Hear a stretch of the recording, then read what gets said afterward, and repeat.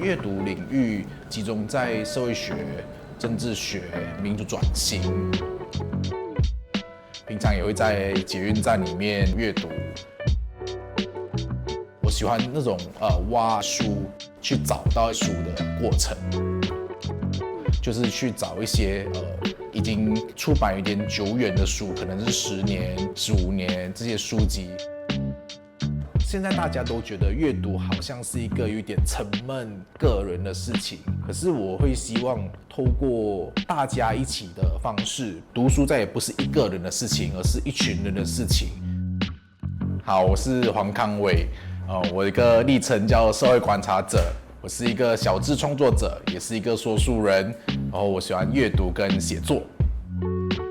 我为什么会阅读社会学跟政治学相关的书籍？是因为07、08年的时候，罗佛新山的绝多匪很猖獗，那时候我还是一个高中生，那我自己也被掠夺过。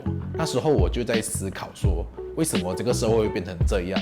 是不是贫富悬殊问题，还是政治不稳定问题？这个事情都促使我去阅读社会学跟政治学有关的书籍，这样子。作为一个爱书人，为什么只有3柜的书？我是个租房的，就是没有那么多空间，然后常常要搬家，然后我会有点像是看一批去卖一批，就是要逼自己比较快一点的去看完比较多的书。有哪一本是你最珍惜的书？这本书吧，蛮靠近我的床头。这本书是秦晖先生。秦晖先生是一个中国的一个学者。高调再高，苟能律己，慎勿虑人，高亦无害。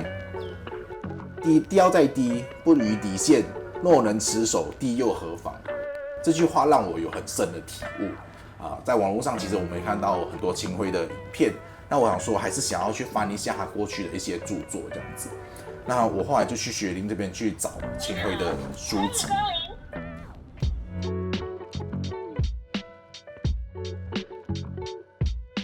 找来找去，问了老板，老板讲说，可能已经没有货。那后来我自己去淘宝的时候就哇，这边不是有秦晖的书吗？然后我就把它拿来这样。这个书柜主要是女性主义有关的书。像这本书是飞蛾扑火，然后它讲的是女工抗争的一个课题的书籍。作为一个异性恋男性，常常在走过的轨迹是父亲在走的轨迹，可是妈妈作为一个把我生出来的人，好像脐带剪断之后，再也跟他的连接有点是断裂的。我希望透过阅读这个角度去思考妈妈的人生轨迹。像这一柜比较多都是社会抗争相关的，这本像非暴力抗争我们一直想要去关心怎么样去推动运动下去，然后也是从阅读中获取这个推动的这个力量。2011年是一个转折的年代，尤其我们看到2011年的时候 Berset 有 2.0 的这个集会那是我第一次去参加社会运动集会，也就是 Berset 2.0。那个经历让我觉得非常的狂飙，就是我那时候是在同善医院里面，就是被警察驱离到进去，然后那样的恐惧、那样的恐慌，让我留下很深刻印象，尤其又中到催泪弹。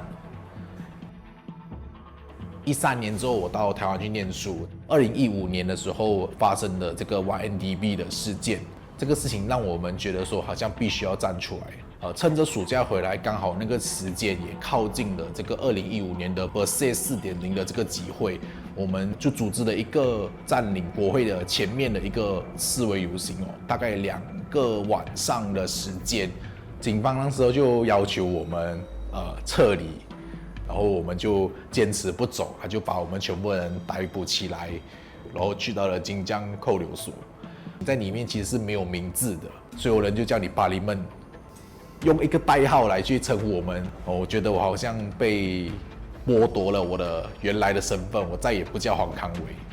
那个感觉是非常的不好受的。你会怀疑到底人权在哪里？人之所以为人，到底是因为什么？我是不是被这个社会排除在外？对这个社会来说，我是不是危险的？非常印象深刻是，就有一个印度的黑帮老大问我说：“现在几点钟了？”然后我完全没有去看时间，已经忘记了时间。你觉得作为一个人，你不止名字被剥夺，你的时间感、时间这件事情，你作为一个现代人，每天要恪守多少分钟，这个时间是被剥夺掉了。你的脑袋可以几乎停止运作，哦，好可怕哦！为什么好像把你关进 lockout 里面，是为了让你这群人停止思考，再也不需要思考，就让这个社会可以维护它的集权、它的专制，这个是让我觉得最可怕的事件。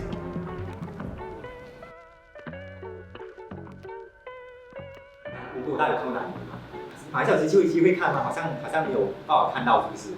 好，没关系。例如五月选它是53背景，可能跟国族创伤，可能跟东南亚的某种华人被被迫害啦，就something like that，诸如此类。人在很远的台湾，但什么样的方式可以让我更加接近这块土地正在发生的事情？我第一个想到的是阅读这件事。所以2016年开始就组织了来佛士华读书会。从台湾回来之后，为什么会想要继续去组织读书会？是因为我觉得我们有一个很深刻的对于知识的渴望，对于答案的渴望。我们希望透过读书这件事情去找到答案。读书再也不是一个人的事情，而是一群人的事情。说书会跟读书会其实都有在举办。那两个其实是有稍微的不同的。说书会更多时候是我在表达我自己对于事件或者是一个相关课题的情绪感受，我必须要有一个很强烈的问题去找到解答，然后这个答案是我的，不是你的，所以你可以观察是我怎么样去回答我的问题。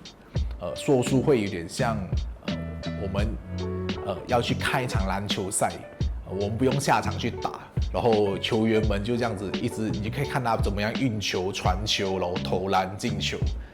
进球就好像找到答案的过程。可是读书会不是的，读书会是比较辛苦的，你要下场去打，每个人都要尽力的去传球，尽力的去投球、投篮。怎么样去获得胜利，是一群人需要一起去配合合作，一起达到的。这是我觉得说书会跟读书会，一个作为一个观赛，一个作为一个参赛，最大的不一样。所以我觉得说读书是非常重要的，不管是说书会还是读书会，其实都在做一个阅读思考的工作。然后像这本叫《于是民主 Costand》的，其实是我们在疫情的时候紧急状态下去做很多的阅读讨论的一个集结的成果。所以从社会运动到说书会、读书会、阅读，我们从怎么样去分析这个世界，然后到去改变这个世界，我们需要一个过程，需要去掌握现在的当下的，还是要读书，这个是对我来说是非常的重要的。